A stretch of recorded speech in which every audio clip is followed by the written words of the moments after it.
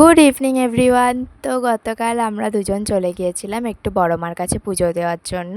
তাই আমি একটা খুব সুন্দর একটা শাড়ি পরে রেডি হয়ে নিয়েছিলাম, আর অভিও খুব সুন্দর একটা পাঞ্জাবি পরে কিন্তু চলে এসেছিলো। আমাদের দুজনকে কেমন লাগছে অবশ্যই কিন্তু কমেন্ট করে জানিও।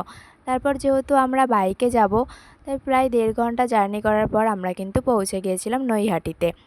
ওখানে গিয়েই তো প্রথমে অভি একটা দোকান থেকে মিষ্টি কিনে নিল। তারপর আমার অবস্থা তো খুবই খারাপ হয়ে গিয়েছিলো। মন্দিরের সামনে আমরা পৌঁছেও গেলাম, ওখানে গিয়ে একটা ডালাও নিয়ে নিলাম পুজো দেওয়ার জন্য।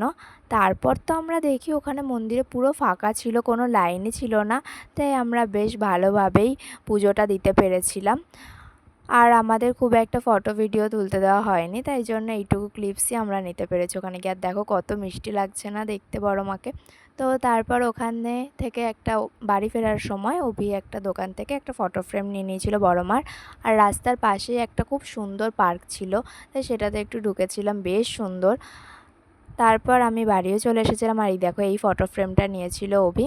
তো আজকে মিনি ব্লগটা কেমন লাগলো অবশ্যই কমেন্ট করে জানি।